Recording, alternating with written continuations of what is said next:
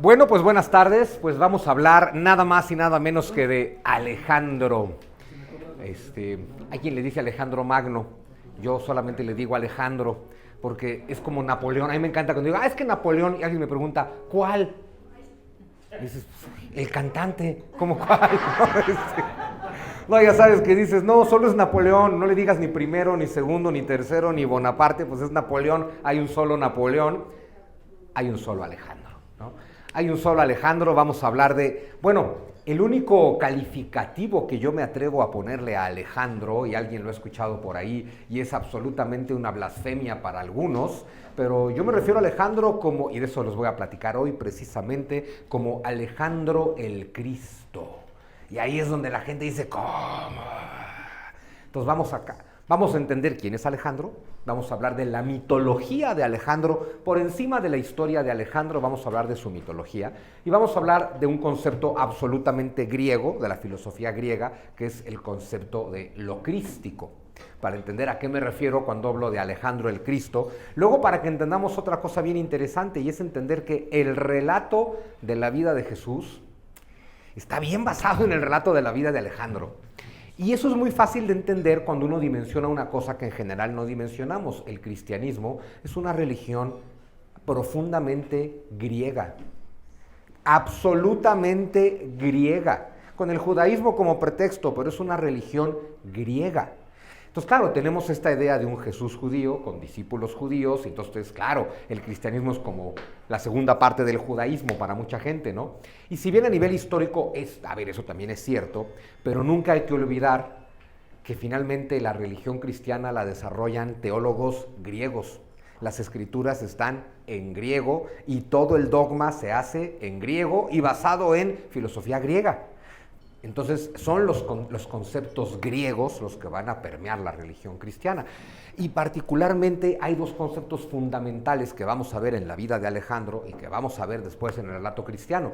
El concepto mismo de Cristo, que ahorita hablamos de él, y un concepto fundamental, nacer como hijo de Dios y de una doncella virgen. Si uno analiza la tradición hebrea, la tradición judía en las escrituras, eso no pasa nunca. No existen vírgenes que tienen hijos en la tradición judía. En cambio, de eso se trata la tradición griega. En la tradición griega todas las vírgenes tienen al Hijo de Dios. En la tradición judía eso no pasa. Cuando vemos el relato de Jesús como un hombre hijo de Dios que nace de una mujer virgen, eso es un relato profundamente griego. Alejandro es hijo de Dios y nace de una doncella virgen. Y la mitad de los héroes griegos son el hijo de Dios que nacen de una doncella virgen. Nacer de una doncella virgen es un simbolismo bien importante en la filosofía, la mística y la teología griega, no en la judía. La palabra Cristo es una palabra griega. Si lo queremos simplemente traducir, es la traducción del hebreo Mesaya, ¿no? Jesús para los hebreos que creen en Jesús es Mesaya, Mesías, el ungido. Eso es lo que significa Mesaya, el bendecido, el ungido. El ungido porque te ungen con aceites justo para bendecirte. Entonces es como decir el bendecido de Dios, el ungido de Dios. En griego, Christos. Cristo significa el bendecido, el ungido. Y en términos de mística griega, el concepto Cristo se usa para referirse precisamente a un hijo de Dios, a un bendecido por Dios, por Zeus, a un bendecido por Dios, que es entonces el Hijo de Dios. Pero es un concepto bien interesante porque, claro, en la tradición cristiana, y si le quitamos toda la historia y todo lo judío y todo lo griego, la tradición cristiana te dice, hay un solo Hijo de Dios. Es una discusión bien interesante porque si uno lee la teología con atención, no te dicen que el único Hijo de Dios es Jesús. Te dicen que el único Hijo de Dios es Cristo. Y hay quien dice, bueno, pero Jesús y Cristo son la misma persona. No, Cristo no es el nombre de una persona, Cristo es un adjetivo, se llama Jesús, es Jesús el Cristo. Como en el Indostán tendremos a un príncipe llamado Siddhartha, no se llama Buda, es el príncipe Siddhartha y es el Buda. El Buda se refiere a su estado mental, la budeidad. un estado de despertar, un estado de iluminación, un estado donde tu mente está dominada por la luz pura. Eso sería el estado de budeidad. Y entonces podremos hablar de la mente crística. Jesús el Cristo, Jesús es un nombre que se identifica con el Cristo. ¿Qué significa esto? ¿Qué es Cristo? Cristo es el nombre para los griegos originalmente. Christos, la bendición de Dios, es el nombre de la creación de Dios. Oye, ¿y cuántas creaciones tiene Dios? Pues una. Claro, la creación de Dios es todo. Entonces, claro, ¿cuántos hijos tiene Dios? Uno. Jesús, no, toda su creación. Jesús es un hombre, que es bien importante ubicar esto, Jesús, el hombre, nace, existe y muere. Es bien importante recordar eso, nace, existe y muere. El Cristo es eterno.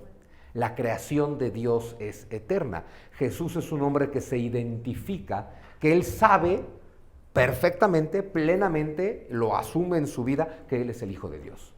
Oye, ¿cuál es la diferencia entre Jesús y nosotros? Que Jesús lo sabe y tú no. Es que es así de simple. Jesús sabe, yo soy el Hijo de Dios. Y cada vez que Jesús habla del Hijo de Dios, no está diciendo solo yo. Pues el Hijo de Dios son todos, pero ustedes no lo saben. Por eso termina el Evangelio de Juan, casi termina diciendo todo esto y más que me han visto hacer, lo pueden hacer ustedes. Bueno, pues Alejandro se identifica como Hijo de Dios.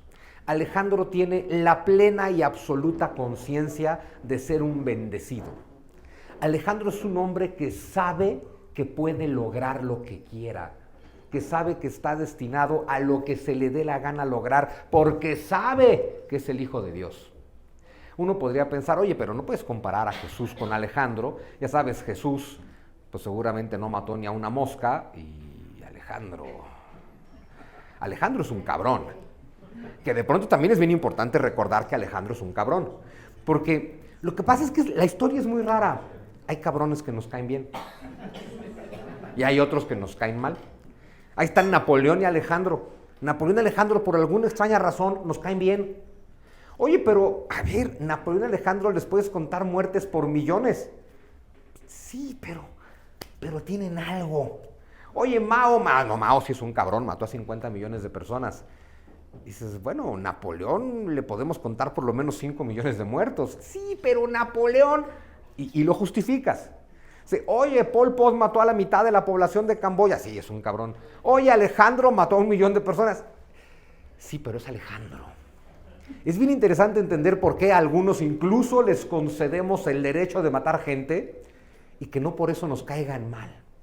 Entonces vamos a tratar de desenmarañar qué pasa con Alejandro. Porque, ojo, Alejandro sí que es un bendecido, sí que es un hijo de Dios y sí que es un desgraciado. El tema es que Alejandro es bien curioso. Dice la tradición que Jesús murió a los 33 años. Eso lo dice la tradición, no lo dice la historia. Es curioso, si nos pusiéramos a buscar, encontraríamos que Jesús habría nacido entre el 7 y el 4 antes de Cristo. Así de raro como suena, Jesús nació entre el 7 y el 4 antes de Cristo y murió después del 32. Quiere decir que murió casi llegando a los 40. ¿Por qué la tradición dice que muere a los 33? Porque el 33 es el número simbólico por excelencia para hablarte de la iluminación. Cuando hablamos de un Jesús que vive 33 años, hablamos de su nivel espiritual. Jesús es un iluminado. Alejandro muere a los 32. Eso es bien interesante.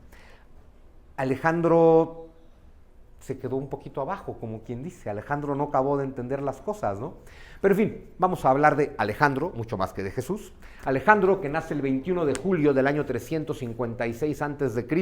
y muere el 11 de junio del 323. Bien interesante, Alejandro, Escándar, como se dice en griego, quiere decir el salvador de la humanidad. Entonces, otra vez la mitología de Alejandro se pone bien interesante porque resulta que hasta en el momento de elegirle un nombre, pues decidieron que él era el salvador de la humanidad. Entonces resulta que Alejandro, ¿no? Es el magno salvador de la humanidad.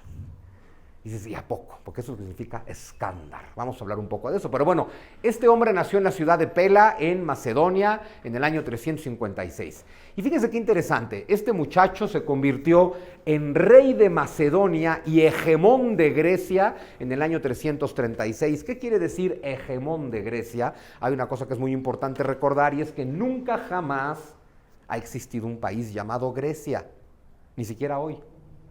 Nunca ha habido nada llamado Grecia. Es muy raro cómo funciona la historia. En aquella época, en el mundo antiguo, jamás hubo ni un país, ni un reino, ni un imperio llamado Grecia. Lo que había era muchas ciudades-estado, independientes las unas de las otras, que peleaban entre sí constantemente y que compartían una misma lengua. Diferentes variedades dialécticas de una misma lengua. Entonces hablaban griego. No, hablaban helenos, como le llamaban ellos a su lengua. Entonces, si tú pudieras viajar al siglo V antes de Cristo, pararte en Atenas y pudieras mencionar la palabra Grecia, nadie iba a entender de qué le estabas hablando. Ellos eran los helenos, porque todos eran descendientes de un ancestro mítico común llamado Helen. Y ya, pero no hay nada llamado Grecia. Alejandro, por lo tanto, no es nombrado como tal hegemón de Grecia, así le decimos hoy para entender, es hegemón de los helenos, ¿sí? Nunca hubo un reino griego ni un imperio griego. Lo que sí hubo, y esto todos los que pasamos por la secundaria nos acordamos, hubo guerras contra los persas. Las guerras contra los persas fueron tan terribles que llegó un momento en que todas las ciudades griegas prefirieron olvidar sus enemistades tradicionales entre sí y unirse para luchar contra los persas. En tiempos del rey Filipo II de Macedonia, el padre de Alejandro, él logró convencer a todas las ciudades griegas de que lo nombraran a él hegemón. Hegemón significaba cada ciudad es independiente, cada quien tiene a su rey, cada quien tiene a su soberano, pero alguien tiene que estar por encima de todos para dirigirnos en la guerra. Ese es el título que le dan a Filipo. Hegemón de Grecia es Filipo, es el que nos va a comandar en la guerra contra los persas. ¿Cómo logró Filipo que le dieran ese título? Porque hay otra cosa que hay que recordar, es muy importante. Ningún griego, o sea, atenienses, espartanos, tebanos, ningún griego de toda esa zona consideraba griegos a los macedonios.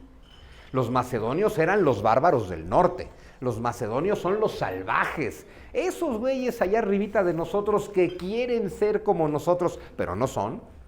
Esos son los macedonios, que hablan pues su propia variante de alguna lengua helénica. Y los propios griegos dicen, no, estos ni siquiera hablan bien el griego, son unos bárbaros. Pero Filipo resulta ser un excelente comandante militar y efectivamente hay que librarnos de los persas. Y Filipo es todo un populista, porque Filipo lo que hace son grandes discursos para convencer a todos los griegos que le den este mando sobre todos. Y lo que Filipo le está ofreciendo a los griegos es venganza. Porque para tiempos de Filipo, los persas llevan 150 años dominando las ciudades griegas. Ya fueron las guerras médicas, ya terminaron las guerras médicas. Persia, es curioso, todos los que pasamos por la secundaria vimos las guerras médicas, ¿no? Y todos tenemos seguramente la idea de que las guerras médicas las ganaron los griegos. Y no es cierto, las guerras médicas siempre las ganaron los persas. Tan las ganaron los persas que en tiempos de Filipo, Persia domina todo. Por ahí Atenas y Esparta se libran del dominio persa. Todos los demás pueblos griegos están bajo dominio persa. Algunos están muy a gusto con eso, hay que decirlo también, porque el nacionalismo y estas identidades, todos somos griegos, Grecia para los griegos, pues son discursos del siglo XIX, ¿no? En aquella época es, yo tengo que pagarle tributo a alguien. Y de pronto es, oye, ese alguien está en Atenas o ese alguien está en Persépolis, pues te da un poco igual. De hecho, si al que le mandas tu tributo a Persépolis te trata mejor, pues le mandas tu tributo a Persépolis. Si a cambio de tributarle a Persépolis a ti te va mejor como ciudad, pues le tributas a Persépolis.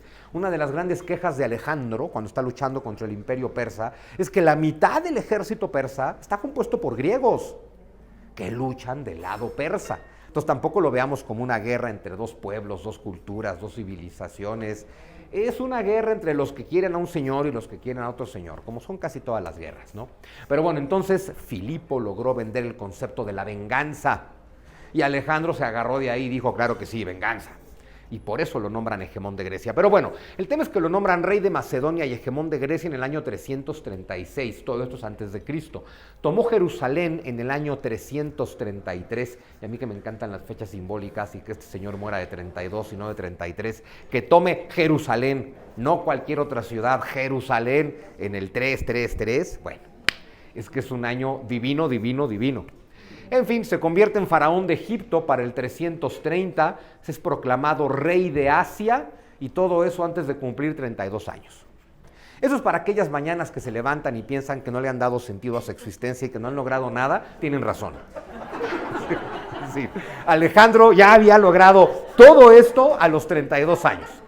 Pero bueno, vamos a hablar un poquito de esta historia. Vamos a ubicarnos también en la cultura griega de la que estamos hablando para que estemos bien ubicados cronológicamente. Cuando hablamos de Grecia o de cultura griega es a partir del 1200 antes de Cristo. Antes de eso no hay griegos. Está la etapa oscura de la civilización griega, en torno al 1200 y el 800 antes de Cristo, que es la época en la que a los que hoy llamamos griegos, están migrando, son pueblos que están migrando, llegando a lo que hoy le llamamos Grecia, que lo de hoy tampoco se llama Grecia, se llama República Helénica. Oye, ¿por qué todos le decimos Grecia? Pues quién sabe. Es como los árabes no se llaman árabes. Ese fue un nombre que eligieron los ingleses para agrupar a todos esos beduinos que viven en la península, todos son árabes. Entonces son nombres muy occidentales y casi siempre muy ingleses para poder agrupar a todo, ¿no?, un colectivo y darle el mismo nombre. Pero bueno, ya cultura griega como tal a partir del año 800 antes de Cristo, que es cuando más o menos podríamos ubicar a Homero. Homero, que todo indica que no existió, pero vamos a ubicar a Homero entre el año 800 antes de Cristo. Es fundamental ubicar a Homero en esta época porque, bueno, pues se le atribuye la autoría de la Ilíada y de la Odisea, que también está hoy muy claro que no son escritos por una misma persona. Ilíada y Odisea son textos que son compilación de mitos eternos del pasado de los griegos, ¿no? Lo que sí es un hecho es que para este año 800, dentro de estos mitos, el más contado es la Guerra de Troya, con lo cual la Guerra de Troya pues sí que la podemos ubicar entre el 1200 y el 1000 antes de Cristo. Durante mucho tiempo se pensó que no hubo Guerra de Troya, hasta que un arqueólogo aficionado alemán en el siglo XIX dijo: ¡ay, miren! Encontré Troya. Entonces resulta que sí hay Troya y sí hubo Guerra de Troya. Claro, no fue como la narra Homero y no fue por Helena. Y no empezó porque con una manzana las diosas querían ver quién era más hermosa y no acabó con un caballo. En realidad es bien interesante ver la literatura sagrada, porque, ojo, la Ilíada y la Odisea son los libros sagrados de los griegos. Y lo interesante de la literatura sagrada es que es muy común que se basen en batallas. Es como el Bhagavad Gita del hinduismo. Todo el Bhagavad Gita gira en torno a la batalla de Kurukshetra, que tal vez no ocurrió nunca, o tal vez sí.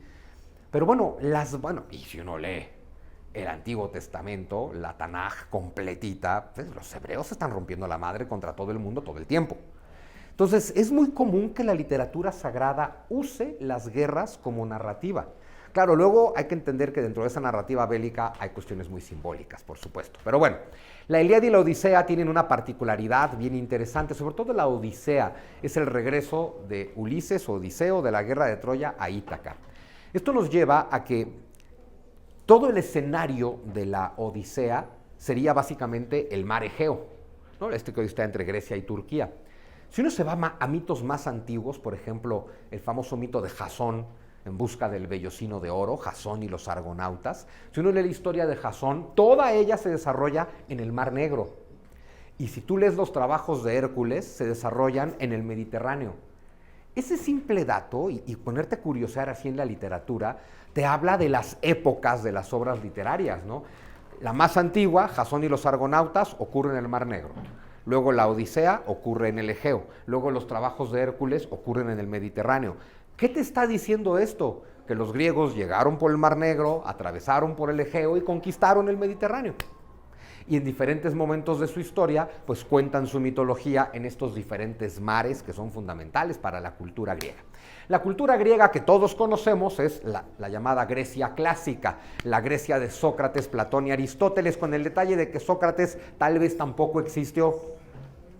Hay cualquier cantidad de personajes del pasado que seguramente no existieron. Platón, que ese indudablemente existió, y Aristóteles, que es fundamental para esta historia porque es nada más y nada menos que uno de los maestros de Alejandro. Alejandro tuvo muchos maestros, ninguno es famoso, solamente Aristóteles. Además lo educó durante 5 años en su adolescencia. Es obvio asumir que Aristóteles dejó una huella súper profunda en la mente de Alejandro, porque se lo están entregando en el momento en que esta mente humana es mucho más moldeable que en cualquier otro momento. Este periodo de la Grecia clásica es el siglo V antes de Cristo, el llamado siglo de Pericles, y sigue sin aparecer Alejandro. ¿Sí? O sea, Alejandro ya es la última etapa de la cultura griega, a la que le llamamos justo la etapa helenística. Y se le llama así porque como Alejandro conquista todo entre Macedonia y el río Indo y lleva la cultura griega por todo este mundo, pues es la época helenística porque la cultura griega se extiende.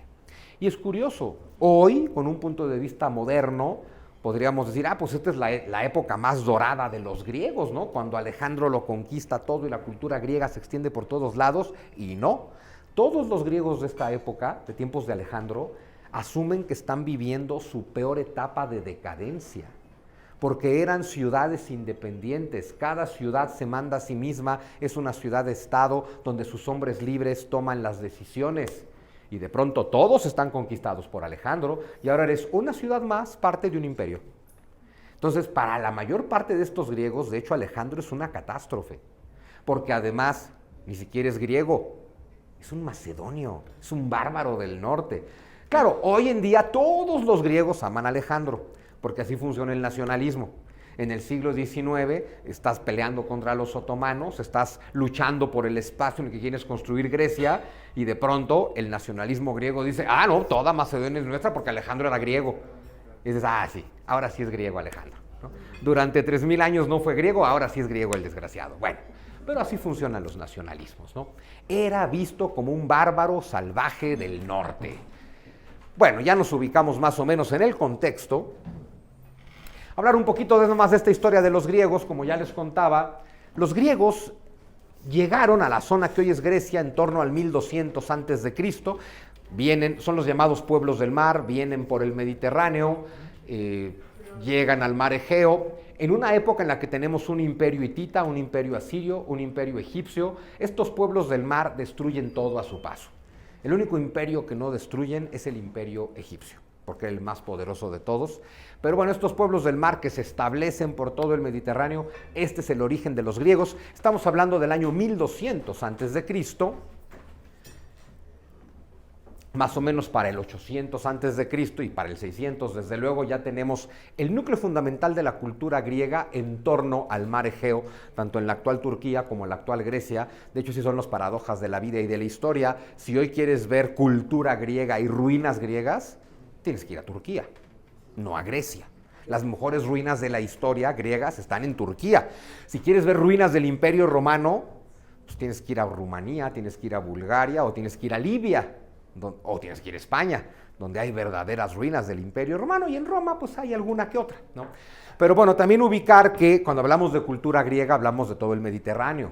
Si hoy les digo Grecia, nuestra mente se va a ese cachito del Mediterráneo que hoy es Grecia, pero todo lo que vemos en estos mapas en morado son las costas dominadas por diferentes pueblos griegos que hacen comercio entre sí porque comparten la misma lengua.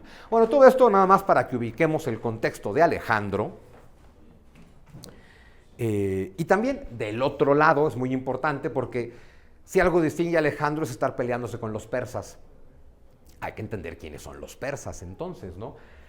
Si queremos hablar, vámonos al Medio Oriente en el siglo V antes de Cristo, más o menos este mapa. Lo que tenemos vemos aquí en verde, ¿no? El imperio de Babilonia, que abarca todo el actual Medio Oriente. Allí en morado el imperio hitita, que abarca la actual Turquía. Y si se fijan, ahí en amarillo vemos un imperio enorme que es Media, y nadie ubica bien eso de Media. De pronto sí ubicamos las guerras médicas.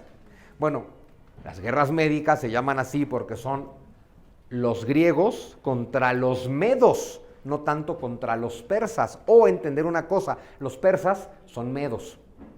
Lo que pasa es que si vemos este mapa, es el imperio medo, y ahí en verde hay un pequeño circulito que se llama Persia. Persia es una provincia del imperio medo, ¿sí? Es una satrapía, porque así se llaman, los sátrapas, o es una palabra para referirse de manera peyorativa a alguien, pero un sátrapa no es otra cosa más que un administrador del imperio persa. Bueno, pues en torno al siglo VI a.C., un sátrapa llamado Ciro, hoy conocido como Ciro el Grande, que dominaba esa satrapía llamada Persia, se rebeló contra sus amos los medos, conquistó el imperio medo, conquistó Babilonia, conquistó el reino hitita y creó el gran imperio persa contra el que se van a estar peleando los griegos, ¿sí? Bueno,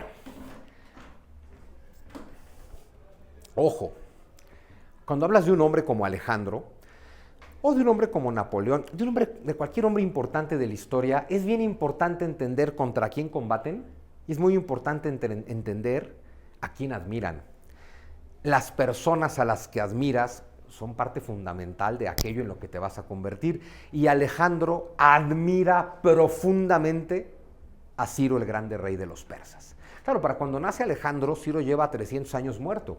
Ciro es una leyenda. De hecho, Ciro es una leyenda en todo el mundo antiguo y para casi todos los pueblos, porque Ciro, que vivió más o menos entre el 600 y el 530, fíjense qué bonito título tiene Ciro: rey de Persia, rey del mundo y rey de los 4 rincones de la tierra. Muy bonito, ¿no? O sea, ya para qué le agregas más títulos, de rey de aquí, rey de acá, rey de los 4 rincones de la tierra. Claro, es que Ciro gobierna desde el río Indo hasta el Mediterráneo. Entonces, claro que es rey de Persia, rey del mundo, rey de reyes y rey de los 4 rincones de la tierra. Y en este cilindro que vemos aquí de piedra, conocido hoy como el cilindro de Ciro, es el código legal de, entre comillas, derechos humanos más antiguo que se conserva.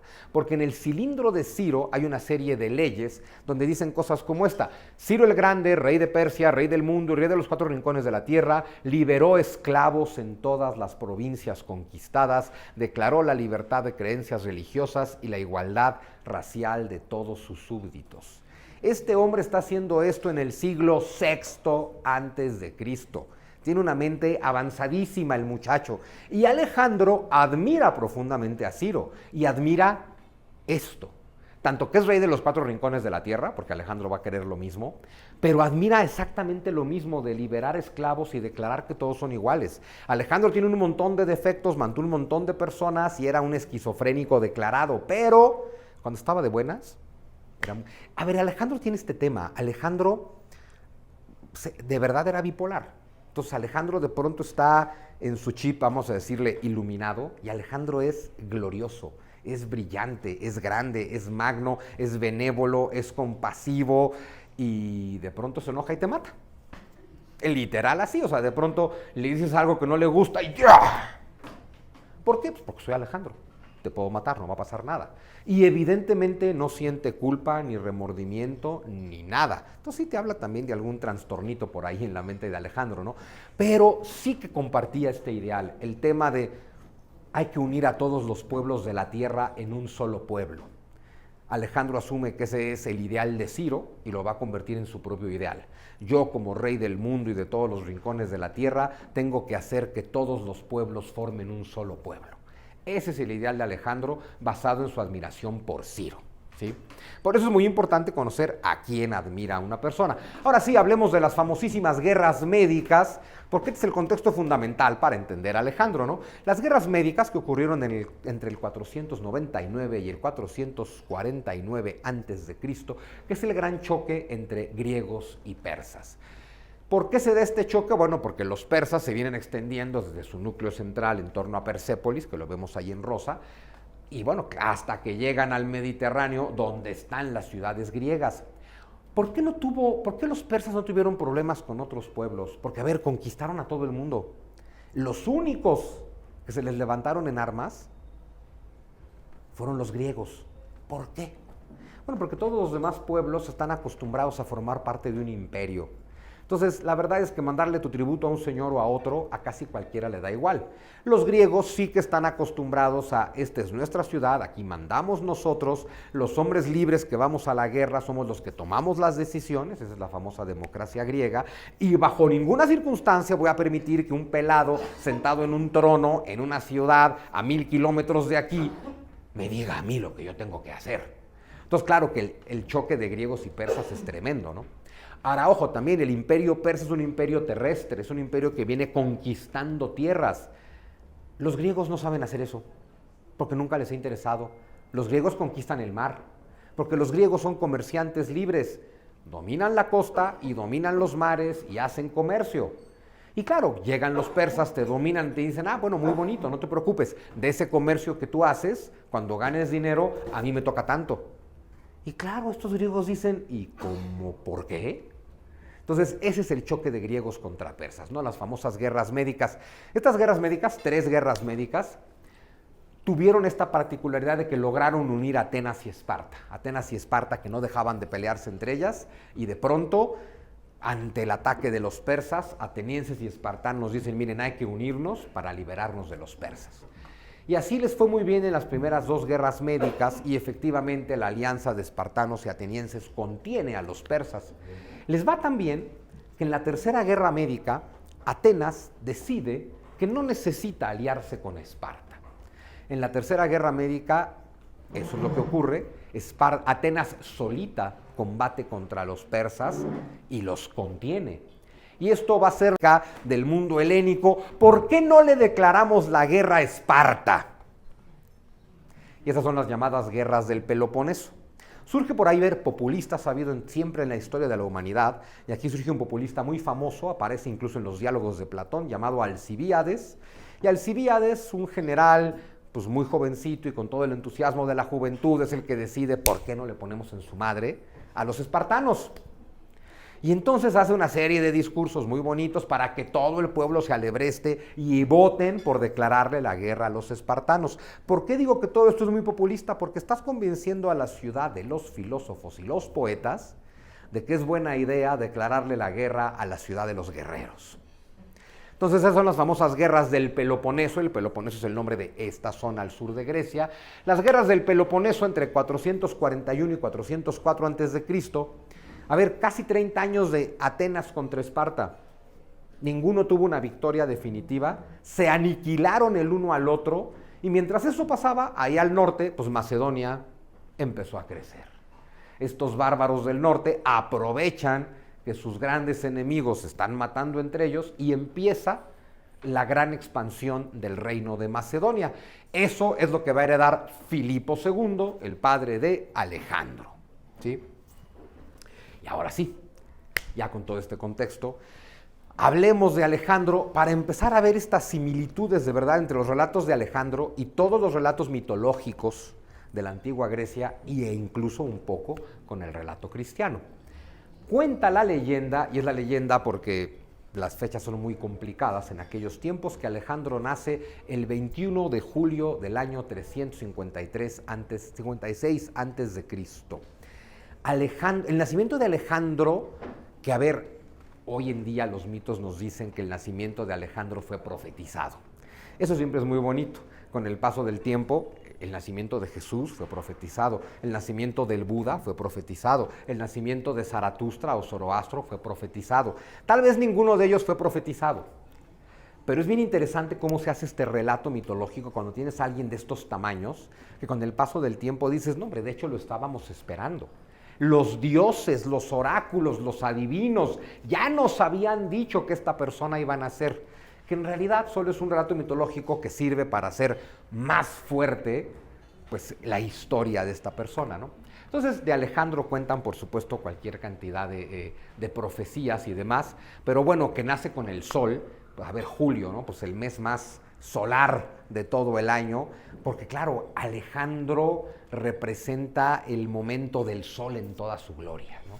Bien interesante que después a Jesús se le atribuye el nacimiento en el solsticio de invierno, que a ver, Jesús no nació el 25 de diciembre, eso hay que tenerlo claro como pocas cosas en la vida, no se sabe cuándo nació, por ahí los que se dedican bien a estudiar el tema siempre dicen que nació entre abril y marzo, del año 7 antes de Cristo. Pero bueno, hoy vamos a decir nacer con el solsticio. Los solsticios son los dos extremos del sol, el sol en su máxima gloria y el sol entrando a combatir contra las tinieblas, ¿no? De alguna forma Alejandro siempre fue relacionado con el sol. Y a ver, no es que Jesús en el Imperio Romano no fuera relacionado con el sol, pero justo es el sol triunfante, la luz que vence a la oscuridad, ¿no? Bueno, Alejandro nace el año 356 a.C., rodeado de cualquier cantidad de mitos. Vamos a hablar de algunos de los mitos, por supuesto. Bien interesante también el tema de los augurios, ¿no? Por ejemplo, cuando nació el Buda, también se habla, bueno, de que el Buda fue profetizado, de que la madre del Buda soñó que iba a dar a luz al Buda, de que cuando nació el Buda, el padre de Siddhartha tuvo cualquier cantidad de triunfos y buenas noticias y buenos augurios y demás. Lo mismo pasa con Filipo. Cuenta la tradición que Filipo II de Macedonia recibió 3 buenas noticias el día en que nace Alejandro. Y otra vez el tema simbólico, no son 2 buenas noticias, no son 4 buenas noticias, son 3. El número 3, como el número de la divinidad, siempre presente, ¿no? El Buda fue tentado en 3 ocasiones por Mara. Jesús fue tentado en 3 ocasiones por Satán. Quetzalcóatl fue tentado por 3 hechiceros de Tezcatlipoca. Filipo recibe 3 buenas noticias el día en que nace Alejandro. Entonces, claro, nada de esto se puede considerar historia. Esto hay que entender que es mitología. Y si bien Alejandro es un ser humano real, también hay que entender que la historia que contamos de Alejandro es profundamente mitológica. Hay hechos históricos en la historia de Alejandro, y estoy seguro que son los que menos le importan a todo el mundo. A ver, hay que mencionarlos, y los vamos a mencionar, por supuesto. Pues en tal año derrotó a los persas, y en tal año derrotó a los hititas. Sí, claro. ¿Es importante los acontecimientos históricos comprobables en la vida de Alejandro? Claro que son importantes, pero siempre ha sido más importante la vida mitológica de Alejandro. ¿Era más importante en tiempos de Alejandro? Era mucho más importante la vida mitológica ya tras la muerte de Alejandro, cuando empiezan a construir el mito, y es mucho más importante hoy. Estoy seguro que ustedes prefieren que les hable de todos los mitos místicos en torno a Alejandro, que de batalla por batalla a quién le ganó y cómo. En ese sentido, los hechos históricos siempre nos han importado poco. Bueno, pues resulta que cuando nace Alejandro, el ejército de Filipo toma la ciudad de Potidea, una ciudad que estaba bajo dominio ateniense. Entonces, bueno, es un gran triunfo para Filipo. Luego también le llega la noticia de que su ejército, que estaba luchando contra los iliros, en lo que hoy sería Albania, triunfó. Entonces, segunda buena noticia. Tercera buena noticia, señor, su caballo ganó la competencia. Es curioso porque el relato completo te dice que el caballo de Filipo gana una competencia contra una mula ciega. A ver, seguro tiene un simbolismo lo de la mula ciega y yo no lo conozco, porque que tu caballo le gane a una mula ciega, pues es... En fin, también cuenta la leyenda, si han ido a Éfeso, o si han escuchado hablar de Éfeso, Éfeso en la actual Turquía justo son una de las ruinas romanas y griegas mejor. Bueno, en realidad, cuando tú vas a Éfeso, vas a una ruina romana. Lo que estás viendo ahí es completamente romano. La biblioteca de Celso, romana. Pero, sí, todo eso es romano. Pero ahí estaba el templo de Artemisa, del cual queda media columna en pie. Por eso uno nunca va al templo de Artemisa, porque no vas a ir a ver esto. El templo de Artemisa se destruyó, según la leyenda, la noche en que nació Alejandro. Porque resulta que un hombre, un pastor llamado Erostrato, bueno, me da igual cómo se llama. No, Erastóstenes es el que descubre el tamaño de la Tierra, Erostrato. Bueno, de estos hombres que dicen, y eso nos pasa a muchos, ¿no? Que dices, quiero que la gente me recuerde por siempre, quiero ser parte de la historia, quiero pasar a la posteridad. Ojo, esto es muy común entre los griegos, ese tema de quiero ser inmortal. ¿Qué hacen los griegos cuando quieren ser inmortales? Los griegos con más o menos salud mental. Es para pasar a la historia y que la gente siempre hable de mí, tengo que ser el más grande, el más fuerte, el más alto, el más rápido, el más poderoso, como se supone que honrábamos en los Juegos Olímpicos, ¿no? Tengo que ser mejor que todos los demás para que nunca se deje de hablar de mí. Erostrato es un hombre que en algún momento dijo, no voy a ser ni más grande, ni más fuerte, ni más listo, ni más alto, ni más rápido que nadie. Pero sí quiero pasar a la historia. ¿Qué hago? Voy a quemar el templo de Artemisa. Literal, esa fue la declaración de este hombre. Quemé el templo de Artemisa para que nunca dejen de hablar de mí. Y aquí estamos hablando del desgraciado. El tema es que la leyenda mitológica dice que Artemisa, una diosa tan poderosa como Artemisa, bien que pudo haber evitado el incendio de su templo, pero Artemisa estaba presenciando el nacimiento de Alejandro. Entonces, a ver, de Alejandro te cuentan este tipo de cosas fascinantes, ¿no? De ver, ojo, ubiquemos a la diosa Artemisa. Artemisa es la doncella virgen, la tierra pura, la hermana de Apolo. Apolo y Artemisa juntos representan la salvación, representan la mente perfecta. Entonces, Artemisa es la mente pura, la tierra virgen. Entonces, la mente pura, la tierra virgen, descuidó su templo porque estaba pasando algo mucho más importante. Estaba naciendo Alejandro. Luego, cuando Alejandro pasó por Éfeso ya en su campaña de conquistas, también lo cuenta la leyenda, por supuesto, que cuando llegó a Éfeso y vio las ruinas del templo y le explicaron lo que pasó, Alejandro dijo, faltaba más, yo pongo todo el presupuesto necesario para reparar el templo de Artemisa, y que la población de Éfeso le dijo, no, bajo ninguna circunstancia, no es correcto que un dios construya el templo de otro dios.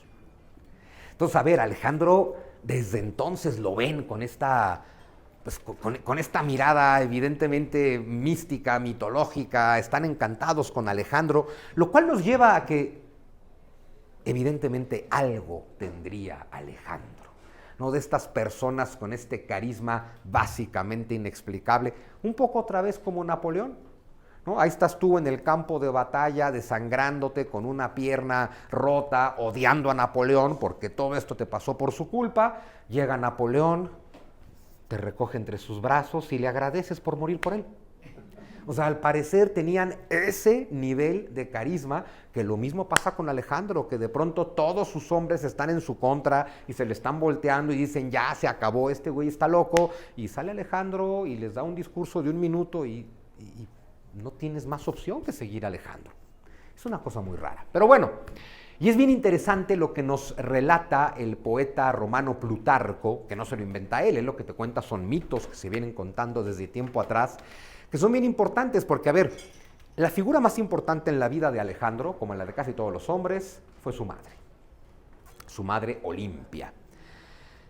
Y a ver, ¿qué le pasó a Alejandro con Olimpia? Alejandro creció escuchando a su madre decirle tal vez todos los días que él era un dios.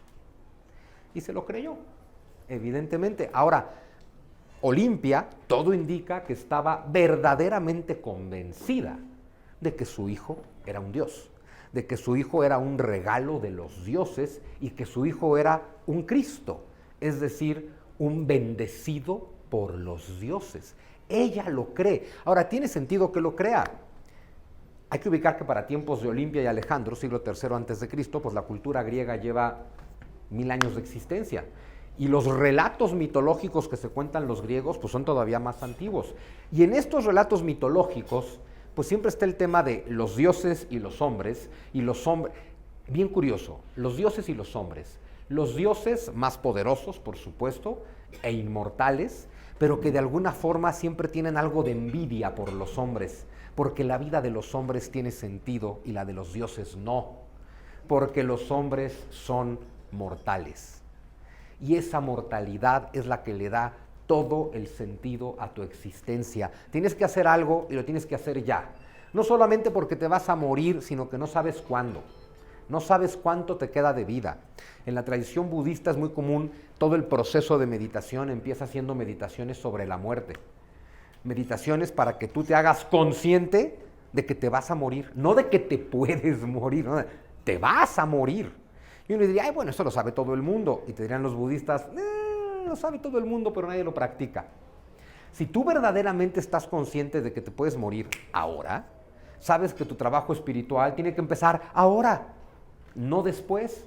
En cambio, los dioses pueden hacer todo cuando quieran. Hay un cuento de Jorge Luis Borges, el inmortal, que te habla justo el personaje que está buscando la aldea de los inmortales, y hay leyendas maravillosas sobre la aldea de los inmortales, y este hombre se mete por la selva, por el bosque, por la montaña, lo atacan muchas tribus, llega casi herido, casi muerto a un río, bebe el agua de ese río, lo cruza y se encuentra con una aldea de pigmeos, enanos, feos, que viven en chozas horribles, y les pregunta, oiga, ¿dónde está la ciudad de los inmortales?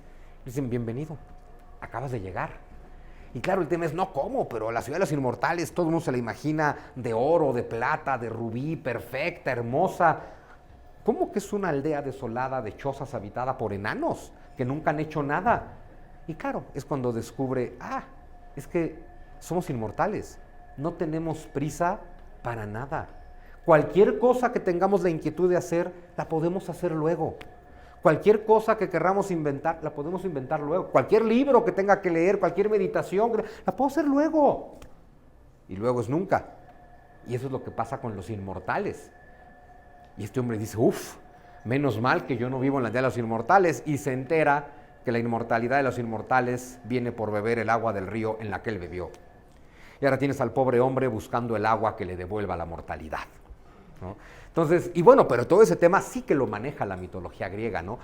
Y los hombres que al mismo tiempo aprecian su mortalidad porque saben que le da sentido a su vida, pero el hombre siempre busca la eternidad y entonces son atraídos por los dioses, ¿no? Bueno, dice Plutarco, que dice Olimpia, ¿no?, la madre de Alejandro, que Olimpia se fue a dormir. Hay dos versiones del sueño, tal vez hay más, ¿no? En una versión, Olimpia sueña con una serpiente. Además, la serpiente siempre está mitológicamente involucrada. Olimpia sueña con una serpiente que repta hasta llegar a su lecho y la envuelve. Y Olimpia se deja porque sabe que es Zeus. En otra versión, la que les pongo acá, bueno, pues Olimpia sueña con que hay una tormenta y cae un rayo tremendo a la tierra, cae sobre su vientre y para cuando ella despierta está embarazada de Zeus. Ahí está la doncella, esta no es doncella virgen, tal vez ya tuvo otros hijos. Ojo, la virginidad de la doncella que tiene el Hijo de Dios no tiene nada que ver con que haya o no haya tenido sexo. El sexo es una interpretación excesivamente moderna. Te habla de la absoluta pureza, y no de la pureza del cuerpo, sino de la pureza de la mente. Y por eso es importante, no tiene que ver si hubo o no hijos antes, tiene que ver con que este hijo nació sin mediación sexual. Que hasta eso se lo puede aplicar a Jesús cuando vemos las lecturas que te hablan de los hermanos de Jesús en el Evangelio. Y está el que te dice, no, es que no son hermanos, son primos. Porque a mí me encanta, pura gente que no habla hebreo, que te dice, no, es que en el hebreo antiguo primo y hermano son la misma palabra. Y dices, claro, ¿y tú aprendiste hebreo antiguo en...? Y dices, pues en ningún lado, pero escuché el rumor. Y dices, ya. En la universidad. En la universidad. Del bienestar. Exacto. Pero bueno, el tema se refiere a que según la tradición, Jesús nace de María sin contacto sexual. Lo mismo pasa con Olimpia, ¿sí?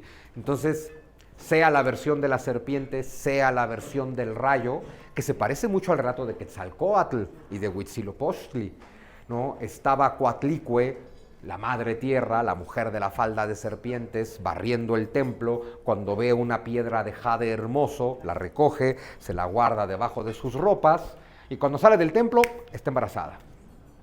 Tiene al hijo de Huitzilopochtli. Que esa es una alteración del mito original, que es de Quetzalcóatl, que te dice que estaba Chimalma, la madre tierra, la madre de Quetzalcóatl, barriendo el templo, y ve una pluma de quetzal preciosa que viene bajando, y entonces la toma y se la guarda, y cuando sale del templo está embarazada. A ver, lo interesante es que cuando hablas de Roma, Grecia, Persia, Egipto y Jesús, y te encuentras vírgenes que tienen hijos del Hijo de Dios, dices, bueno, ok. Y entiendes que todas estas culturas, pues de alguna forma tuvieron contacto, tal vez influyeron unas con otras, y los toltecas, ¿qué? Están totalmente fuera de esta dimensión cultural y se cuentan el mismo relato. Eso es un tema que estudia mucho Carl Jung, al hablar de los mitos, ¿no? Pero bueno, el tema es que todo indica, en la tradición mística del relato de Alejandro, pues que es hijo de una doncella, virgen o no, da igual, pero de una doncella que lo concibe sin mediación sexual, con la convicción de que lleva en su vientre al Hijo de Dios. Olimpia lo sabe todo el tiempo, como la tradición cristiana te dirá que María lo sabe todo el tiempo. La tradición cristiana te dice que José tiene sus dudas. No lo podemos culpar. Sin embargo, no lo podemos culpar. Pero la razón por la que José es San José es por la fe. De decir, bueno, a ver, no tengo cómo creerle a María, pero le creo. Entonces, eso es lo que lo hace San José, la aceptación del milagro y la protección a María. Filipo no es San Filipo. Filipo también tuvo un sueño. Filipo lo que soñó, pero la misma noche en que Olimpia sueña que la serpiente y el rayo acá la están preñando con Alejandro, Filipo sueña con su mujer y en el abdomen, en el vientre de su mujer, de Olimpia, ve que está sellado por el rostro de un león y que Filipo se despierta y dice, la desgraciada de Olimpia tuvo algo que ver con Zeus. Es curioso, Filipo sí sabe que Zeus se acaba de involucrar con su esposa y ni siquiera sabiéndolo lo acepta, va a repudiar a su esposa. Por eso él no es San Filipo. Y por eso Alejandro y Olimpia van a vivir retirados de la corte, porque el propio Filipo dice, fuera de aquí porque este no es mi hijo. Eventualmente lo elige como sucesor, porque así funcionan los reinos guerreros. ¿A quién dejas? Al mejor guerrero. Oye, pero ni siquiera es tu hijo. Es el mejor guerrero, ¿sí? Entonces, bueno, pues ahí están los relatos. Hay más relatos todavía, vamos a hablar de ellos.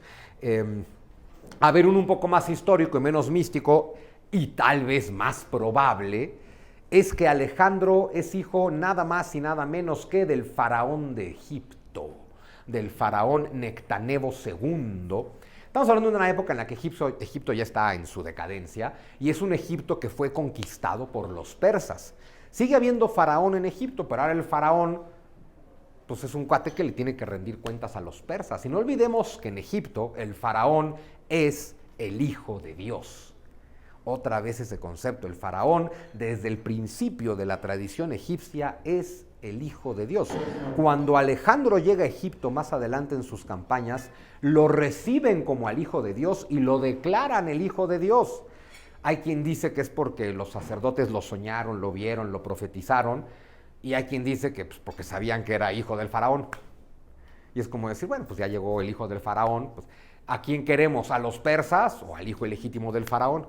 Pues al hijo ilegítimo del faraón, ¿no? Entonces, bueno, cuéntala, porque, ojo, lo que sí es un hecho es que Nectanebo II, cuando los persas invaden Egipto, salió huyendo y le dieron asilo en Macedonia.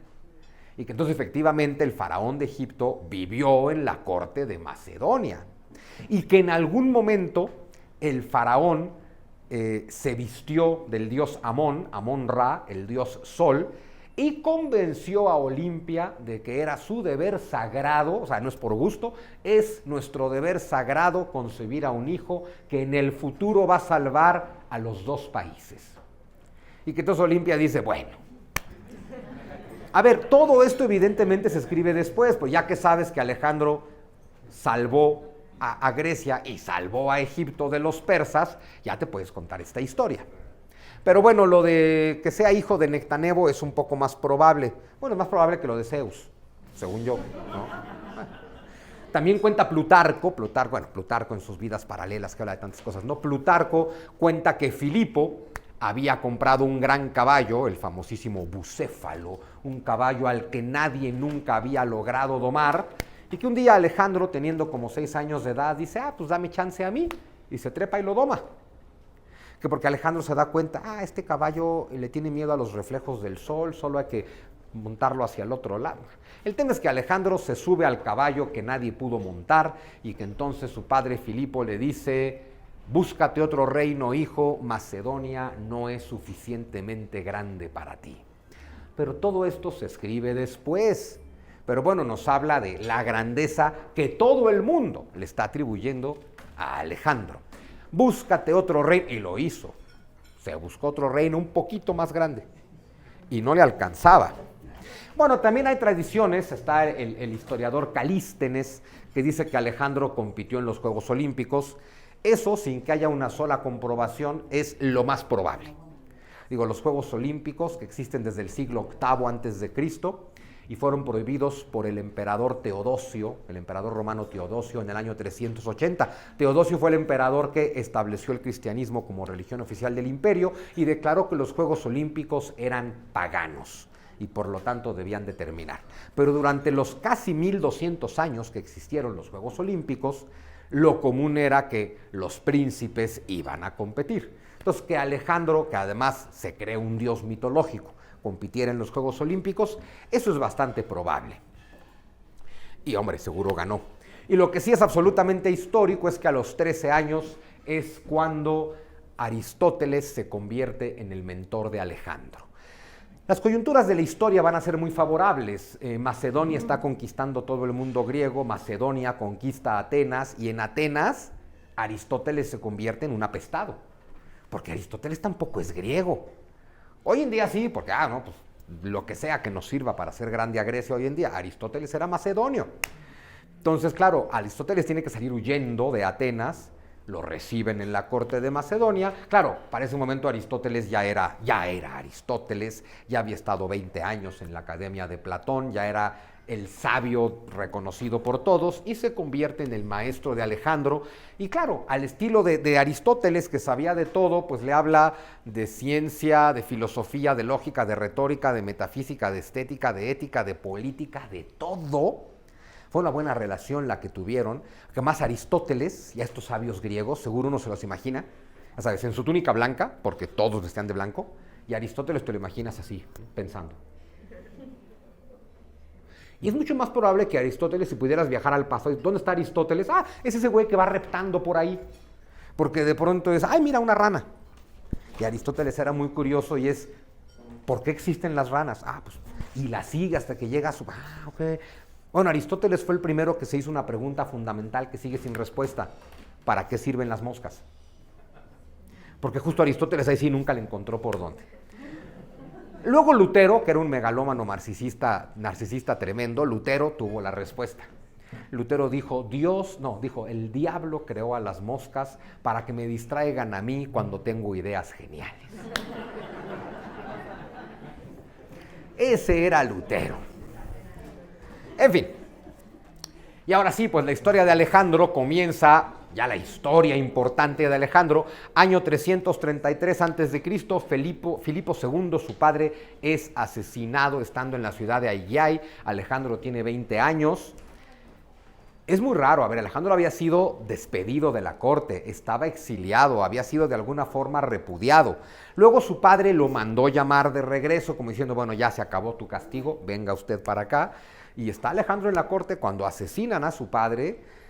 Y antes de que se decida qué va a pasar, los generales amigos de Alejandro lo levantan y lo proclaman rey. Y de alguna forma todo el mundo está de acuerdo. Y pues Alejandro se convierte en rey de Macedonia a los 20 años. El título de hegemón no le corresponde por herencia, es un título que todas las demás ciudades le dieron a su padre.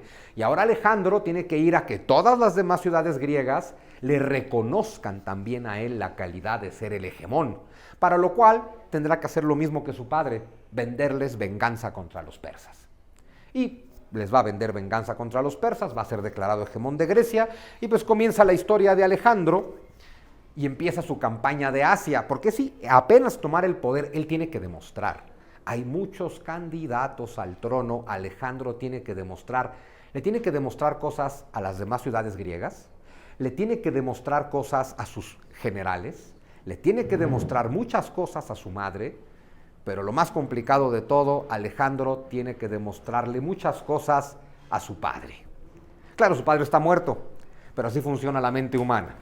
La historia de Alejandro es demostrarle a su padre que él sí puede, porque su padre lo expulsa de la corte también con el tema de tú no eres digno de ser rey. Y ahora tengo que demostrarle toda mi vida que soy digno de ser rey. Año 334 comienza la campaña de Asia. Hay que atravesar lo que hoy sería el estrecho de los Dardanelos, el Bósforo, Constantinopla. Bueno, pues justo es conquistar el imperio persa. El inicio de toda la batalla, de toda la guerra de Alejandro es la batalla del Gránico. El Gránico es un río que se ubica en Turquía, tienes Constantinopla, Estambul del lado europeo, el resto de Turquía del lado asiático, cruzando el estrecho del Bósforo, al que los griegos llaman el Helesponto. ahí está el río Gránico. Es como la frontera natural, o sea, entre el Bósforo y el río Gránico, son lo que te dicen, se acabó Europa, esto es Asia. Bueno, el Gránico para Alejandro es como el Rubicón para Julio César, o al revés, el Rubicón para Julio César 300 años después. Es decir, es el paso sin retorno. Una vez que cruce este río con estos 30,000 hombres, ya no hay marcha atrás, porque Darío ya nos está esperando del otro lado, ¿no? Y bueno, es la primera ocasión en la que derrota al ejército de Darío III, que cometió un gran error. Al principio Darío dice, sí, junten una tropita y mándenla. O sea, ningunea mucho a Alejandro, no le da importancia, él también piensa que no será como Filipo. Y claro, si Darío desde la primera batalla hubiera dicho, manden a todo lo que haya, Alejandro se muere ahí. Quién sabe, pero el tema es que Darío dijo, organicen un ejército, así sin más, ¿no? Y bueno, pues viene la batalla del Gránico y comienza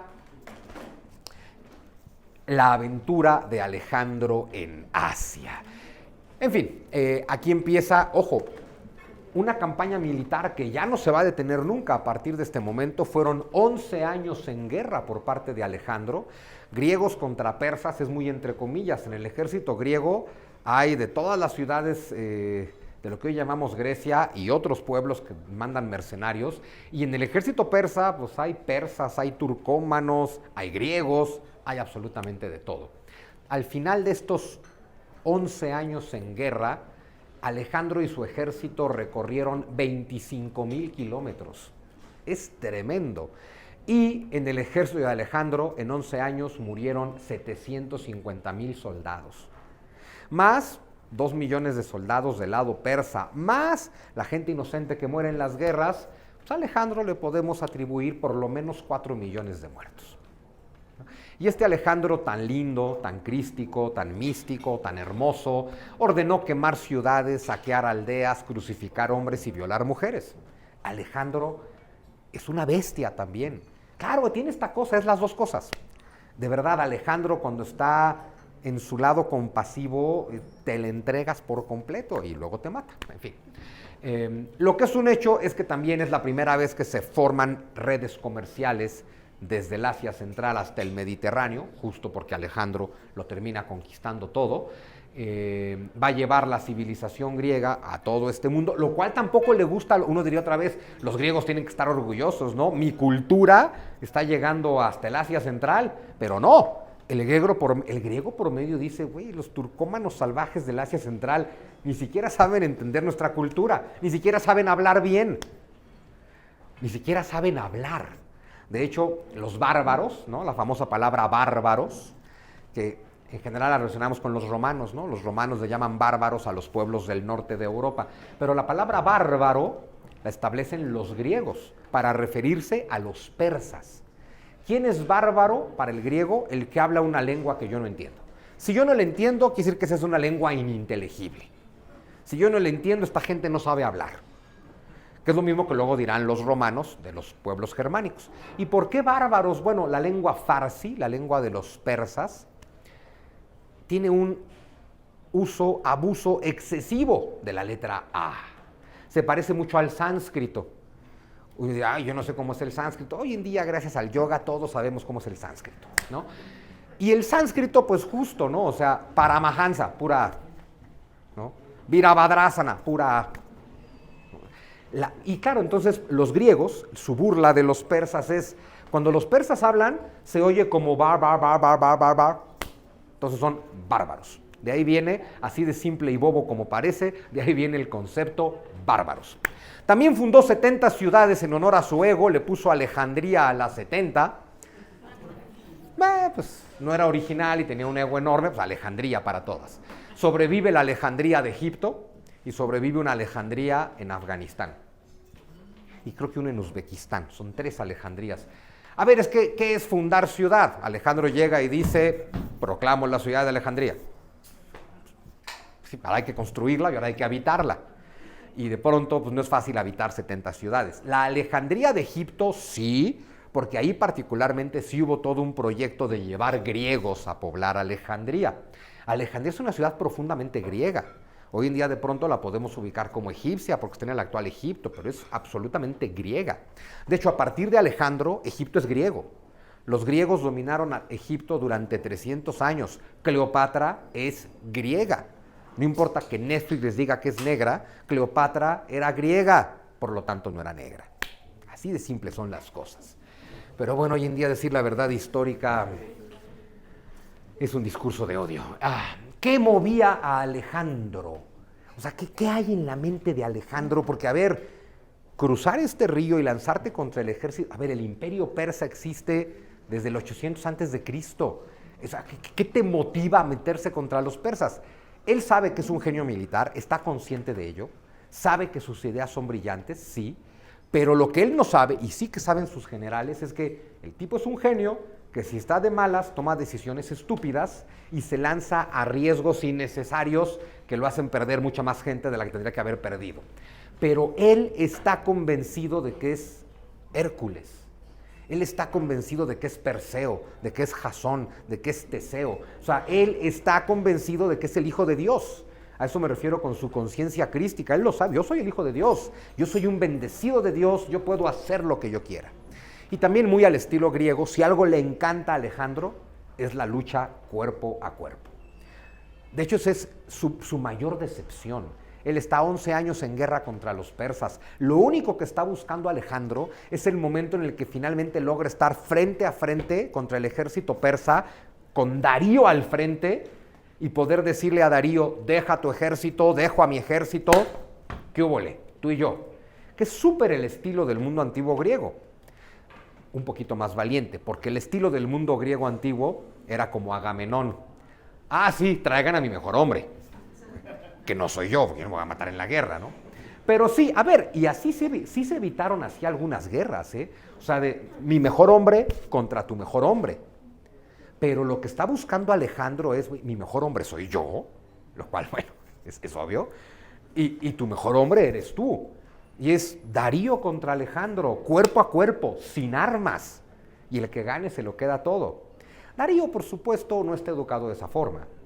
Y Darío cometió varios errores, que él no consideró errores, por supuesto. De pronto le manda a Alejandro un aviso de, oye, mira, vamos a llegar a un acuerdo. Del Éufrates para allá, todo es tuyo. Y del Éufrates para acá, todo es mío. Y ya, sin guerra. Y Alejandro dice, no. Otra propuesta, bueno, está bien, hasta el Tigris, güey. Quédate con los dos ríos. Y te nombro rey de reyes a mi nivel. Somos compadres, somos iguales. Te casas con mi hija, nos hacemos hermanos. No. Claro, Alejandro tiene muy claro, si el rey de reyes me está ofreciendo la mitad de su imperio, es porque me lo puedo quedar todo. Él lo sabe y ahora yo lo sé, me lo voy a quedar todo, por supuesto. Pero bueno, nunca pudo combatir cuerpo a cuerpo contra Darío, que es lo que a él le gusta en cada batalla, y también sus hombres se vuelven locos. Que un Alejandro que les diga, traiga a tu mejor hombre contra mí. Y así de, señor, sí, pero ¿y si lo matan? Claro, sí me imagino a un Alejandro que le dice, oiga, pero si lo matan, eso no entraba en la mente de Alejandro. O sea, eso es imposible. ¿Cómo se te ocurre? O sea, soy Alejandro. Alejandro no muere hasta los 32. Y sí quiere forjar un nuevo imperio, como le dijo su padre, búscate un reino más grande, se lo está buscando. Y sí tiene el ideal de Ciro el Grande, de decir, vamos a unir a todos los pueblos. Cuando cruzan el Gránico después de su victoria, el ejército griego de Alejandro entra con esta arrogancia del vencedor de, ya sabes, de nos chingamos a los persas, ya, vamos a tomar todo su ridículo imperio. Y es Alejandro el que les tiene que decir, señores, estamos entrando a un mundo que existe con cultura y civilización 1000 años antes de que nuestros ancestros pisaran nuestras tierras. Entren con respeto. Claro, eso es Alejandro cuando está de buenas. Luego manda quemar la ciudad y saquearla y violar a todas las mujeres. Es muy raro Alejandro, pero su postura de entren con respeto porque esta gente existe 1000 años antes que nosotros. Y claro, el tema de, pues nosotros somos racionales y ellos son súper místicos. Y Alejandro es, imagínate que juntamos las dos cosas. Imagínate que juntamos nuestra filosofía racional con su filosofía metafísica. Lo que vamos a lograr es enorme. O sea, Alejandro sí que está convencido de tenemos que mezclarnos. Y eso a sus soldados tampoco les gusta. Y Alejandro empezó a tomar la costumbre, claro, los diferentes pueblos, los reyes le empiezan a mandar mujeres, cásate con mi hija. Y Alejandro dice, bueno, está bien. Claro, el tema de casándonos con las mujeres de estos pueblos y teniendo hijos con ellas, esto ya no será una conquista, esto ya será la creación de un nuevo reino donde nadie está conquistando a nadie porque todos nos hemos mezclado con todos. Pero ese es Alejandro. Ni los griegos ni los persas están muy de acuerdo con esa versión, ¿sí? En fin, Alejandro y Diógenes, eso también es una leyenda que todo el mundo ha escuchado alguna vez, ¿no? Ya pasó la época de la gran filosofía griega que todos conocemos, ya tuvimos a Sócrates, a Platón y a Aristóteles, y la filosofía ha entrado también en una etapa de decadencia. Platón y Aristóteles eran magnos, hacían unas construcciones filosóficas abarcantes, ¿no? En estos momentos, con Alejandro dominándolo todo y todos con sensación de decadencia, los filósofos están ocupados en cosas más simples, simples entre comillas. La gran motivación de los filósofos tipo Diógenes es ¿cómo le hago para ser feliz? Ya olvídate de la metafísica, ¿cómo le hago para ser feliz, ¿no? Diógenes hoy en día es considerado pues, como el padre de una escuela filosófica conocida como los cínicos. Hoy en día la palabra cínico tiene una connotación pues, un poco negativa y pues ni siquiera sé muy bien definir al cínico hoy en día, pero ay, todo me vale madre, ¿no? La palabra cínico significa perro. Era Diógenes el perro, canis, cinis, cínico. ¿Por qué? Porque vivía como perro. ¿Por qué? Porque vivía en la calle, vivía sin pertenencias, vivía sin ropa. Como cuando quiera, duermo cuando quiera, bebo cuando quiera, tengo sexo cuando quiera, según lo que se me antoje. Pero se ve hecho muy famoso y cuenta la leyenda que en algún momento Alejandro se entera que Diógenes está por ahí y dice, tenemos que ir a ver a Diógenes, ¿no? Entonces imagínate a Alejandro llegando en toda su gloria, así vestido de faraón, así, y llegando con Diógenes semidesnudo afuera de un tonel de vino, seguramente ebrio. Y hay leyendas que dicen que, ¿sabes? Se presenta Alejandro y dice, soy Alejandro, el rey del mundo. Y que Diógenes le contesta, soy Diógenes el perro. o sea, yo también tengo mi título, no te preocupes, yo soy Diógenes el perro, ¿no? Y entonces hay muchos diálogos para replicar lo que pasó, pues ninguno es del todo fidedigno. Me gusta mucho en un Alejandro que le dice a Diógenes, Diógenes, quería demostrarte mi admiración. Pídeme lo que tú quieras, soy el rey del mundo, puedo darte cualquier cosa que desees. Y un Diógenes que le responde más o menos así, por supuesto, no seré yo quien te impida demostrar tu afecto hacia mí. En este momento lo que quiero pedirte es que te apartes del sol. En este momento no hay nada que yo desee más que recibir el sol. A ver, le está mentando la madre al rey del mundo. O sea, llega Alejandro y te dice, pídeme lo que quieras, que yo te lo puedo dar. Y Diógenes le está diciendo, no hay nada que tú tengas que yo pueda estar necesitando. De hecho, me estás estorbando un poco la felicidad que ya tenía en este momento. Entonces, y claro, cuentan que los soldados ya estaban listos para matar a Diógenes por esa falta de respeto. Y que Alejandro los detiene y les dice, señores, si yo no fuera Alejandro, quisiera ser Diógenes. Es fácil decir eso cuando eres Alejandro.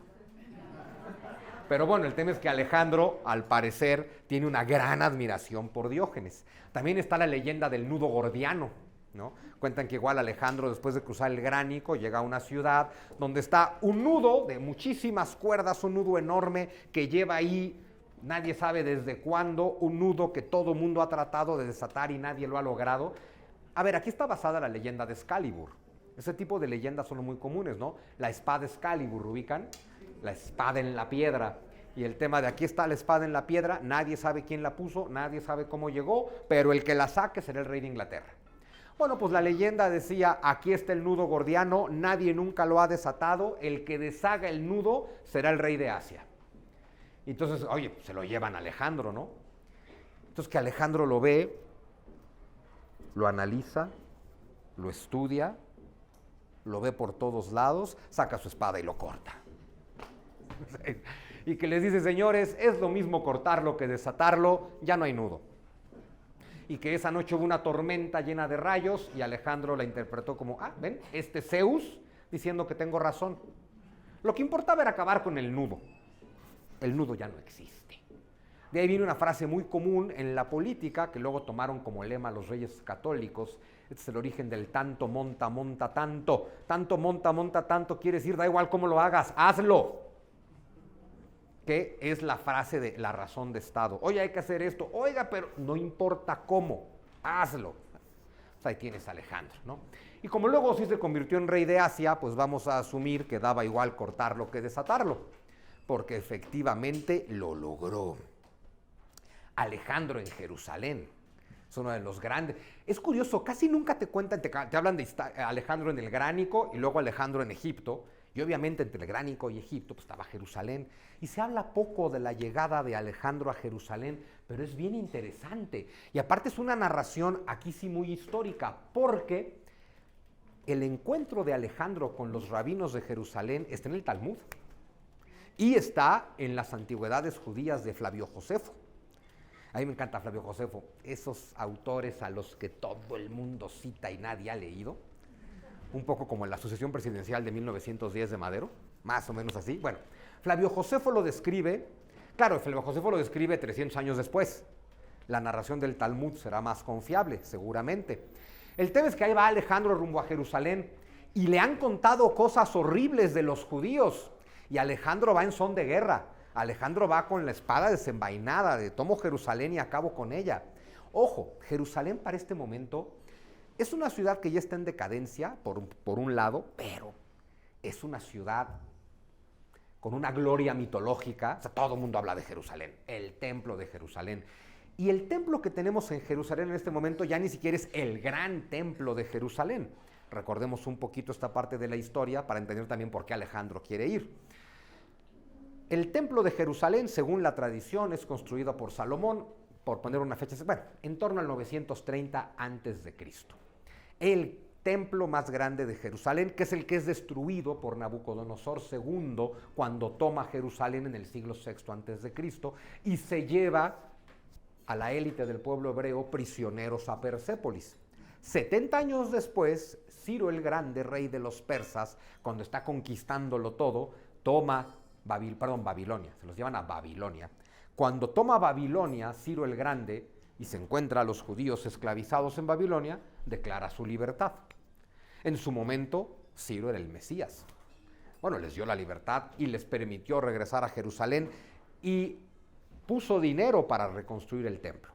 Se reconstruye el templo, es el llamado segundo templo, más pequeño que el primero, pero ahí están de regreso los judíos en Jerusalén. Claro, ahora no son independientes, son parte del imperio persa, pero tuvieron buena relación con el imperio persa. Ahí va Alejandro con la espada desenvainada. ¿Y qué hicieron los rabinos del templo, encabezados por el rabino, por el sumo sacerdote? Salieron de la ciudad a recibir a Alejandro afuera. Un poco con el tema de viene un bárbaro salvaje que quiere un botín. ¿Cómo evitas el saqueo de la ciudad? Esto ha pasado muchas veces en la historia.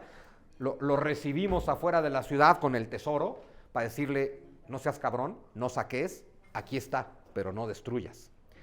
Y ahí están los rabinos presididos por por el sumo sacerdote, esperando a Alejandro para entregarle el tesoro y salvar la ciudad. A un Alejandro que ya les dijeron que ahí viene con su tropa y con la espada lista. Y el gran tema es que Alejandro se baja del caballo, cosa que no hacía nunca, se planta frente al sumo sacerdote de Jerusalén y se postra. Y nadie sabe lo que está pasando. O sea, Alejandro postrándose ante alguien, ante quien sea. Y claro, tanto los rabinos como sus soldados. Y Alejandro se levanta, le asegura al rabino que respetará la ciudad, que no necesita sus tesoros y que ahora pues, son dependientes de él, pero que no se preocupen, que todo seguirá bien y en paz. Y se va. Y por supuesto le preguntan a Alejandro, oye, ¿qué pasó? ¿Qué pasó en Jerusalén? Y es bien bonito. Alejandro les dice, miren, en todas mis batallas victoriosas, siempre hay un ángel delante de mí que me viene guiando. Y el ángel que me guía en todas mis batallas victoriosas y con el que soñé ayer, es ese Señor que me recibió. O sea, dice, el ángel que me guía en mis victorias tiene el mismo rostro que el gran rabino de Jerusalén. Yo no sé de qué se trate, pero yo no voy a tomar esa ciudad. como diciendo, aquí, a ver, esto agrégaselo al mito, quién sabe si sea verdad o no, ahí está en el Talmud, está en las antigüedades, el tema de ahí está Dios guiando a Alejandro, y un Alejandro que dice, Dios me está guiando. A ver, Alejandro sabe que es hijo de Dios, es una joya porque llega ante los judíos, soy el hijo de Dios, llega con los egipcios, soy el hijo de Dios, llega con los persas, soy el hijo de Dios. ¿De cuál Dios? Del tuyo, solo hay un Dios, ¿no? Es decir, soy el hijo de cualquier Dios. Esto es lo que es una maravilla, ¿no? Y entonces, bueno, se va de Jerusalén sin destruir la ciudad, y entonces le empezaron a llamar Alejandro a sus hijos, los judíos de aquella época, en honor a Alejandro, ¿no? De ahí obviamente llega a Egipto en el año 332 y va a ser recibido como hijo de Dios, va a ser recibido como un libertador y lo van a proclamar faraón. Le dicen, oye, pero tienes que venerar al panteón egipcio. Por supuesto, soy el hijo del dios egipcio, por supuesto. Este hombre, en cuanto se trataba de venerar dioses, era por supuesto. A ver, venerar a los dioses del otro pueblo es una forma de decirle a ese pueblo, te respeto. Y entonces, claro, yo venero a sus dioses. Y entonces lo proclaman faraón de Egipto, muchos egipcios se suman a las tropas de Alejandro y ahora tiene un gran ejército para volver a buscar a Darío. Darío está del otro lado del río, está del otro lado del Tigris, solamente con 200,000 hombres. 1 de octubre del año 331, 200,000 hombres de Darío se enfrentan a 50,000 hombres de Alejandro, ¿no? En la llanura de Gaugamela, y pues así, 4-1, Alejandro gana. Y Darío sale huyendo y Alejandro no puede enfrentarse cuerpo a cuerpo contra él, que era lo que estaba buscando. Pero a partir de aquí, Darío ya solamente va huyendo. Además, ojo, Alejandro secuestró a la esposa y a la hija de Darío. Las trata como reinas, por supuesto, pero Darío vive en la deshonra total. Y Alejandro también le dice, pues enfréntate a mí, el que gana se queda todo, incluyendo a tu esposa y a tu hija. Luego, para hacerlo todavía más denigrante para Darío, pues Alejandro tuvo un hijo con la esposa de Darío. Sí. Entonces, ahí no lo respetó tanto. Cuando llegó a la ciudad de Susa, una de las capitales del imperio persa, junto a Persépolis, se sentó en el trono oficial del imperio persa, mandó saquear Persépolis, salió a perseguir a Darío, ya nunca lo encontró. Darío va en huida, ya jamás se van a ver las caras. Pero bueno, en Susa, en la capital del imperio persa, también se proclama rey de Persia. Entonces, digamos que va con una carrera ascendente, además justo que entra montado en un elefante, pues qué les puedo yo contar, ¿no? Y ahí sale a perseguir a Darío. La obsesión de Alejandro es encontrar a Darío y enfrentarse con él. Los generales del propio Darío ya están cansados de esta guerra y su general de confianza, llamado Besos, se reúne con otros nobles persas y les dice, señores, hay que matar a Darío para poder negociar con Alejandro. Y el pobre Alejandro se enfrenta a eso. Cuando finalmente alcanza el ejército persa, pues es, ya matamos a Darío y te entregamos su cadáver. ¿Qué hizo Alejandro? Mandó matar a Besos, por supuesto. Busquen al desgraciado de Besos, que es un traidor en el que yo no puedo confiar, porque si mató a su rey, ¿qué puedo esperar yo? Y mátenlo, porque además me quitó mi gran placer, que era enfrentarme cuerpo a cuerpo contra Darío. Ojo, Alejandro es muy respetuoso de estas formas y es, yo no soy el Shahanshah, yo no soy el rey de reyes, hasta que mate con mis manos al rey de reyes. Y ya lo mató un güey traicionando. Pero bueno, entonces obviamente pone el cadáver de Darío, se quita el manto, lo cubre con su manto, lo colma de honores, va a visitar la tumba de Ciro, la tumba de Darío, la tumba de Jerjes, honra a todos los reyes persas para poder terminar de proclamarse rey de reyes, emperador persa.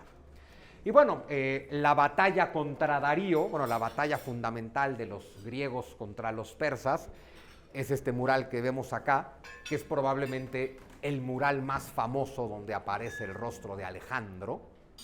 Y bueno, no quiero parecer que meto un comercial a la mitad de mi conversación, pero lo voy a meter. No, es que ahí tenemos, por si quieren, la serigrafía, y aquí tenemos al artista que se los puede firmar, Fabiola Mayón, aquí presente, que es la artista que hace esas serigrafías, que creo que trae algunas. Sí traes algunas, ¿no? Sí trae algunas. En fin, es una serigrafía muy bonita, verla trabajar es como ver a una planchadora, porque ya sabes, hay que pasar la serigrafía pues, como 1000 veces, ¿no? Los detalles del oro, de la armadura, los detalles de cada color, en fin, y pues ahí dice Megas Escándaros, ¿no? Megas Alexandros. Entonces, bueno, pues si quieren, ahí se pueden llevar esa bonita serigrafía, que es el momento cúspide de Alejandro. Bueno, a ver, esto no pasó nunca así como está, es una obra de arte, pero el momento cúspide de Alejandro enfrentándose contra el ejército de Darío. Y bueno, ya con este título de rey de Asia, les decía, pues va a peregrinar a las tumbas de los reyes persas, particularmente al que más admira, que es a a Ciro el Grande, rey de los persas. Su tumba está en la ciudad de Pasargarda, que son puras ruinas, pero todavía hoy en Irán se puede visitar la tumba de Ciro el Grande. Bueno, es que de pronto hay que recordar que Irán es el imperio persa y que en Irán hay unas ruinas persas espectaculares hoy en día. Lo malo es que, a ver, ¿quién se avienta el tirito de ir a Irán? Se puede ir, es muy seguro, no te va a pasar nada, pero sigue siendo algo muy extraño ir a Irán. Y por supuesto, si van en matrimonio, pues les toca todo por separado. Te quedas en un hotel y, oye, quiero ir a la alberca. Ah, sí, hombres a tal hora, mujeres a tal hora. Oye, pero es mi esposa. No importa, hombres a tal hora, mujeres a tal hora. O sea, ahí sí te van a estar dividiendo todo el tiempo, ¿no? Pero fuera de eso no pasa nada si vas a Irán, y ahí está la tumba de Ciro el Grande, rey de los 4 rincones de la tierra, y se le va a empezar a acabar el gusto a Alejandro, año 327, pues es su terrible campaña de India, llega al río Indo, atraviesa el río Indo, y sus hombres ya no quieren seguir. Sus hombres ya tienen la postura de cuándo nos sentamos a gobernar nuestro imperio. Y Alejandro dice, no, es que hay que conquistar todo el mundo. Pero bueno, inicia su campaña de la India, va a estar 18 meses en India, su ejército se niega a ir más allá y Alejandro no tiene más remedio que volver. Estos 18 meses en India fueron fundamentales, no tendríamos el estoicismo sin esto, porque Alejandro va con filósofos, con la idea de platica con los filósofos de aquí y entérate, y los filósofos de acá pues son los monjes budistas. Y la sabiduría del budismo va a llegar gracias a la gente que va con Alejandro. Y la promoción del budismo va a llegar hasta el Medio Oriente. Se va a ir convirtiendo en estoicismo y en cristianismo. Pero el budismo llegó hasta el Mediterráneo en tiempos de Alejandro. Y pues bueno, ya el señor no tiene más remedio que regresar a Babilonia y sentarse a gobernar, y se murió. Pues sí, ya, lo suyo no era sentarse a gobernar, lo suyo era conquistar. Terminó de conquistar, se murió. Le ayudan a morirse, evidentemente. Digo, ya estaba muy curtido por batallas y por heridas, no está claro de qué se muere, todo indica que lo envenenan, quién sabe. Pero bueno, 13 de junio del año 323 a.C. muere Alejandro Magno, pero siguen las leyendas. Está la leyenda de los 3 deseos o sus 3 voluntades póstumas. Dice Alejandro que en su funeral quiere que su cadáver sea llevado por doctores, que vayan arrojando tesoros a su paso y que sus manos vayan fuera del ataúd. Oye, ¿por qué? Dice Alejandro, bueno, que el cadáver sea llevado por doctores para que le quede claro a todo el mundo que nadie puede vencer a la muerte. Que vayan aventando todas mis joyas para que quede claro que no hay riqueza que te puedas llevar de este mundo al otro, y quiero ir con las manos fuera del ataúd para dejar claro una vez más que te vas con las manos vacías. Entonces Alejandro tiene esta parte mística siempre, ¿no? Y luego, por supuesto, está la leyenda del encuentro de Alejandro con Diógenes en el inframundo, porque resulta que Alejandro y Diógenes mueren la misma semana. Y eso sirvió obviamente a la posteridad para hacer la leyenda de que en el inframundo se vuelven a encontrar Alejandro y Diógenes. Y que entonces, claro, que Alejandro se vuelve a plantar ante Diógenes, otra vez queriendo ser muy arrogante, y que en esta ocasión le dice Alejandro a Diógenes, qué casualidades tiene la vida. ¿Quién hubiera podido pensar que un emperador y un mendigo se encontraran primero en vida y luego en el reino de los muertos? Y que Diógenes lo voltea a ver y le dice, sí, señor, lo malo es que usted sigue sin saber quién es el emperador y quién es el mendigo. Y lo malo es que ya no puede matar a Diógenes. Pero claro, esta maravilla de tú has sido un mendigo de atención toda tu existencia.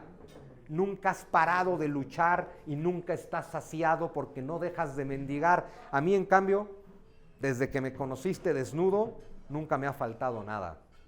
Aquí no hay mayor emperador que yo y aquí no hay mayor mendigo que tú.